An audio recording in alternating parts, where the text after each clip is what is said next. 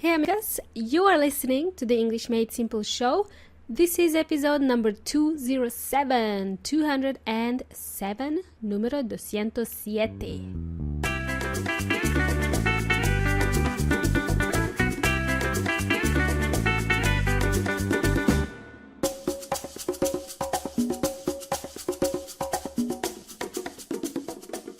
Welcome to the English Made Simple show. Welcome guys and girls. This is Milena from EnglishMadeSimple.net, EnglishMadeSimple.net, and you're listening to the episode 207.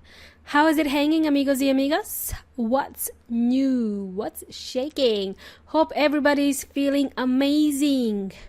Hope everybody's feeling fine and dandy. Because now we are in December. It's December. If you're listening to this episode in real time, I'm recording this in December of 2018. So it's December and we are approaching the end of the year. I hope you're making plans to take some time off work over the holiday break, or you need to take some time off your studies. Hope you're planning to enjoy your end of the year. Because I'm sure you gotta start nice and early planning for this stuff, aren't you? Okay, so today's episode is an interesting one, okay? We are moving on from my teaching notes and we're going on to something different. So if you are joining us for the first time, in the last 4 episodes, you can go back and listen to those. We've touched on some snippets or some excerpts from my teaching notes that I was sharing with you guys. And now this month in December, we're going to do something different, okay? From time to time, I get a couple of questions here and there from listeners who are struggling to understand different accents. Now, I didn't realize this would be a problem, but it seems it is. So there are listeners who are struggling to understand different accents out there, and we understand that there's a lot of different accents in English that exist. So one of the problems the majority of people have is understanding different accents. Sometimes this is hard to do in person when you talk to somebody in person, which means face to face. But it's even harder if you have to do it over the phone, if you have to speak to someone that may have a strong accent or that mumbles a lot and you don't understand them. So it might happen that you get to speak to somebody over the phone like that, and body language. Then you get kind of in an uncomfortable situation because you don't know what to tell them and you didn't understand a word they said, okay? And I know it's harder to understand someone over the phone just because you're not able to read their body language, okay? At least when you meet somebody face to face, you can see their body language and you'd be able to understand or pick up what they're trying to say. Now, in today's episode, I'm going to share a few phrases you could say when you are finding it difficult to understand someone. So it could be because of their strong accent, or it could be because they mumble or they mispronounce words, or they talk quietly. Some people talk quietly and you're not able to understand them, so you have to ask them to repeat themselves. So I'm going to share some phrases, some easy phrases to say when you don't understand someone because of those reasons I've just mentioned. Now we're going to learn the formal way to say you don't understand someone and also the informal way. So I will teach you the polite way to excuse yourself when you didn't understand someone, but also the impolite way. So the opposite of polite is impolite. If you want to say someone is polite or someone is impolite, if you want to describe somebody. All right. Now, you can use these phrases when you don't understand someone's accent, when they're speaking to you, or when maybe you are distracted yourself. Maybe you got distracted with something and not listening to that person at all, and you need them to repeat what they've just told you, okay? So you feel a bit embarrassed, you need to ask them to repeat again. Hopefully today's episode is going to help you with that. And, you know, normally asking someone to repeat something once is enough. But what happens when you didn't get it the first time and you need to ask them again? And what happens when you didn't understand them again for the second time and you have to ask them to repeat again? If you need to ask someone to repeat something once, that's okay. But if you are asking someone to repeat something to you more than once, the same thing that they've just told you, it can be considered rude or impolite. Okay, it can be considered a bit rude, you know, not very nice. You know, you ask them to repeat 3 or 4 times. Okay, it just sounds a bit rude, right? Now, when you do ask that person to repeat back to you what they've said, we need to be mindful of the tone. This is why the tone of your voice is important when you're asking someone to repeat something to you. And also the way you ask is also important. So let me give you an example. It's not very nice to say, "Oh my goodness, can you just speak properly? I don't understand you." Okay? If you say something like that to somebody you don't understand, that's not really nice, you know, and the tone of your voice is also very harsh. It's not polite, and you just come across very rude. So you cannot say that to a stranger, okay? Maybe you can say it to a friend, but you cannot say that to somebody you've just met for the first time. "Oh my goodness, can you just speak properly?" Okay, we can't say that. Or, you know, things like, "Just speak properly, stop mumbling," okay? No, you can't say that, all right? This is not what we're going to learn today. By the way, only I am allowed to say this. You guys are not, okay? So as I was saying, pay attention to your voice. So pay attention to your voice. That's number one thing I would mention before we get into the phrases. You'll have to be conscious of your tone. Avoid shouting at the person. Always say sorry or excuse me. Try to use those magic words like please and thank you, okay? And sorry, always say sorry. All right. Now, hopefully after today's episode, you are going to learn how to ask someone to repeat something that you didn't understand politely. So you're going to ask them politely. And now I'm going to share 5 or 6 phrases. I haven't counted them all, but I think it's 5 or 6. Some are short and some are long phrases. Now, I'm going to share that with you. Let's begin. What to say when you don't understand someone for the first time. Okay? For the first time, when they need to repeat something to you for the first time. Simply say, "I beg your pardon." I beg your pardon. If you live in the United Kingdom, if you live in the UK, or if you are Prince Charles, or, just say, "I beg your pardon." I beg your pardon. Or you can just shorten that and say, "Pardon."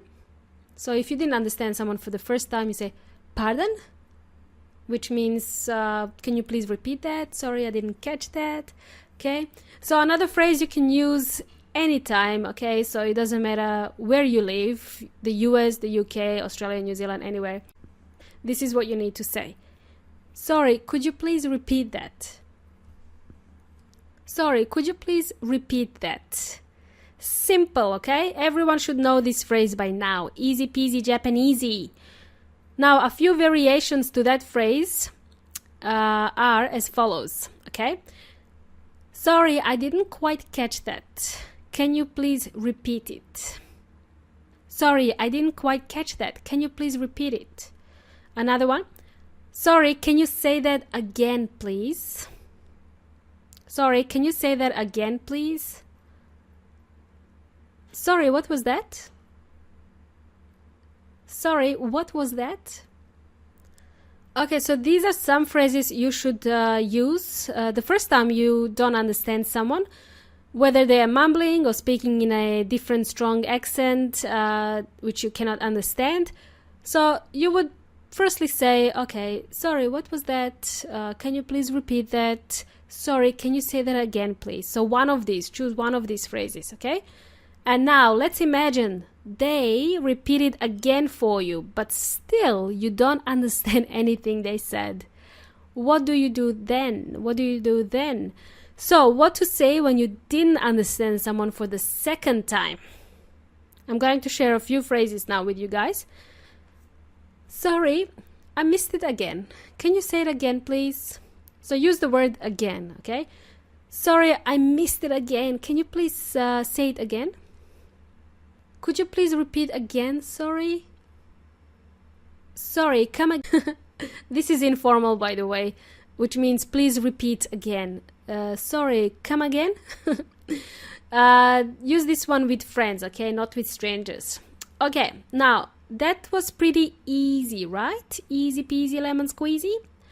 Now, let's imagine that you still didn't understand the person, even after they repeated it twice to you. By now, it's getting pretty embarrassing, don't you think? You feel really embarrassed to ask them to repeat it for the third time. Now it's embarrassing for both of you. So what should you say now to someone when you didn't understand them for the third time? By this stage, what I would say is you can either choose to be honest, speak the truth, you really didn't understand them, just tell them, or say something funny to make it a fun situation, make it out to be a fun situation rather than an embarrassing one. Or thirdly, what you could say is you could just say a white lie. White lie, just lie, but don't be mean. Just say something nice. What I mean to say here is blame it on something else. The fact that you didn't understand the person, put blame on something else, such as bad connection. You can blame the bad connection because you couldn't understand the person over the phone, for example. So that is like an example of a white lie. Maybe the connection was good, but you just wanted to find an excuse to blame it on something else, so you don't actually hurt the other person. Here's an example of being honest with someone that you couldn't understand at all, okay? For the third time, you're asking them to repeat. So this is what you would say. I'm really sorry. And by the way, always say sorry, as I said. Always be humble. Always sound really humble and nice and non-threatening, okay? You're not shouting at anybody. So this is what you would say. I'm really sorry, but I'm having a problem understanding what you're saying. I don't know why, but can you say it in a different way? Is it possible to say it in a different way? Can you try saying it in a different way? Okay? So this way you don't point out the fact that the person's pronunciation is bad, or that you're making it out to be something personal about them, such as their accent. We don't want to say that you don't understand their accent, because it is kind of like a sensitive topic to blame this not understanding on someone's accent. People can get offended, okay? People can get offended if you start talking about their accent, or if you're putting them down in that manner. Okay, so let's try to be nicer and ask them to repeat it in a different way. So the phrase that you need to be aware of is, I'm really sorry, Anna, but I'm having a problem understanding what you're saying. I don't know why, but can you say it in a different way? Okay, so that's just being really honest. Just be honest and say, sorry, but I'm having a hard time understanding you. Can you please say it again? How about to make it a little bit of a fun situation? Okay, so if you're needing to ask them for the third time to repeat something to you, let's make it fun, okay? Let's make it fun and say something like, oh, sorry, I did wash my ears this morning. I did wash them, but I'm still having trouble hearing you well. Can you please repeat it again? Oh, can you please repeat it again? Oh, pretty please. Just blame it on your ears, How often do you clean your ears, really? Okay. So just say, I washed my ears this morning. I made sure I washed my ears, but still I'm having trouble hearing you well. Can you please repeat it again? And now the not so nice way to ask the person to repeat something for the third time. Okay. Now, if you're on the phone, you can say, "Oh, sorry, there was a bad connection. Can you please repeat again?" Or if you're outside somewhere speaking to that person face to face, say, "Oh, there was a bit of noise. I missed that. Can you please say it again?" Alrighty. Cool bananas.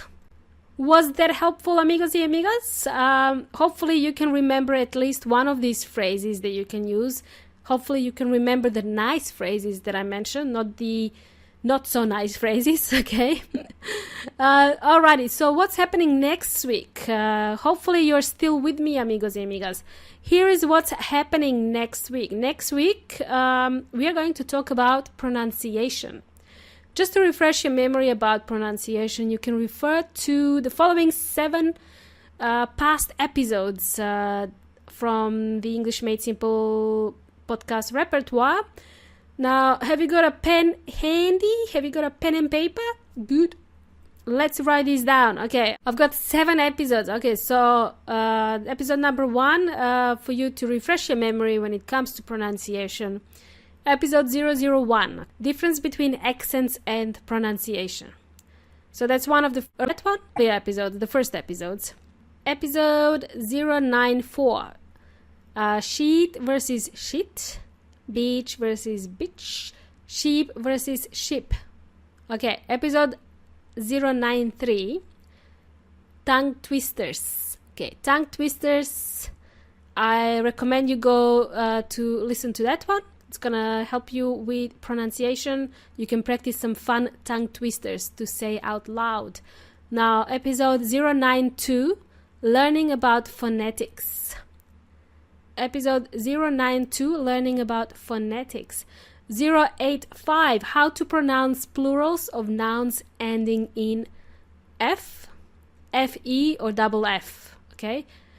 Episode number 64, or 064, homophones to do with words marry, marry, there, and so on.